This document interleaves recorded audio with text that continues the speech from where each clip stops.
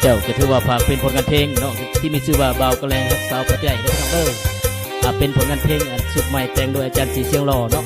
เอาโดยศิลปินหนุ่มสุดไทยหน่อยเนาะ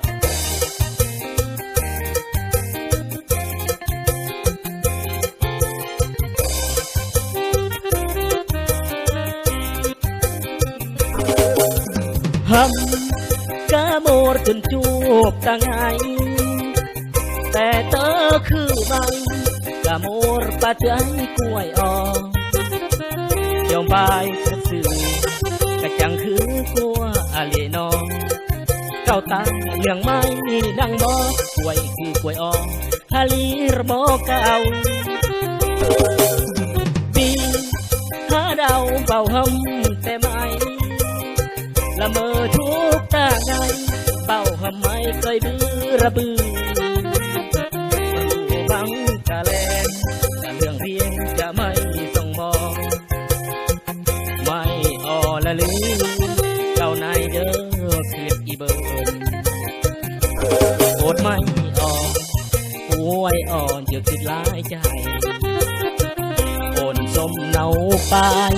จะไม่สดใสแบบเนื้อสมคำลำลือจะคือหน้าไก่เยืองสมุดไม่เกิดปีเรืองหานัวเก้าเนื่อมเต็มใจขอเสียงเพลงบรรเลงจากใจส่งเจอป้าใหม่กะโมรปัจจัยกล้วยอ่อนบังกะแลนแต่เรื่องเพียงจะไม่ส่งบอกจากเสียงเพลงคอโมโอนกล้วยออกกาโมรปัจจัยเจ้าก็ถือว่าเป็นบรรยากาศความมวลซื่นในค่ำคืนเวลานี้ก็ถือว่าขอบใจนำอาจารย์คีย์บอร์ดเด้อเนาะอะไรพิเศษก็ขอบใจแหละถ้ามาไอ้หนุ่มปกสนั่นคือสหายบุญเลิศเพิ่นมาห่วมในมื้อค่ำคืนเวลานี้เนาะและพิเศษสุดๆก็มอบให้เสียมนเพิ่นเด้อ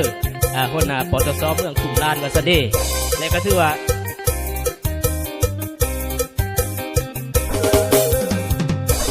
โอดไม่อ่อนป่วยอ่อนเจอคิดร้ายใจโอนสมเนาปานจะไม่สดใสแบบเนื้อสมคำลำลือจะคือหน้าไก่เยือง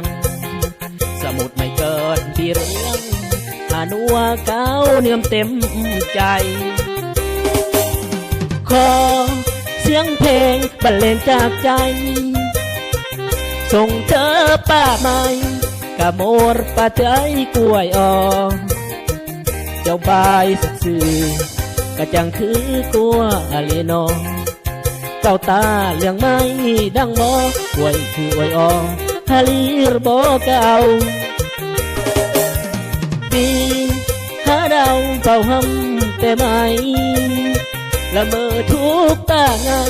เป่าหำไม่เคยมือระบือประตูบังกะแลงแต่เรื่องเรียงจะไม่กล้วยคือไม่อ่อละลือเก่านายเด้อคืดอีเบิร์นโอดไม่อ่อนป่วยอ่อนจะคิดร้ายใจโอนสมเนาปานจะไม่สดใสแบบเนื้อสมคำลำลือจะคือหน้าไก่เยืองสมุดไม่เกิดดีเรืองหานัวเก้าเนื่อมเต็มใจขอเสียงเพลงบรรเลงจากใจส่งเจอป้าใหม่กะโมรปัจจัยกล้วยอ่อนรัวบางกะเลียงแต่เรื่องเรียงจะไม่ส่งบอกจากเสียงเพลงคอมาบนกล้วยอ่อนกะโมรปัจจัยเจ้าก็ถือว่าขอบใจนำอาจารย์คีย์บอร์ดเนาะผิดพลาดประการใดก็ขอโทษขออภัยนำหลาย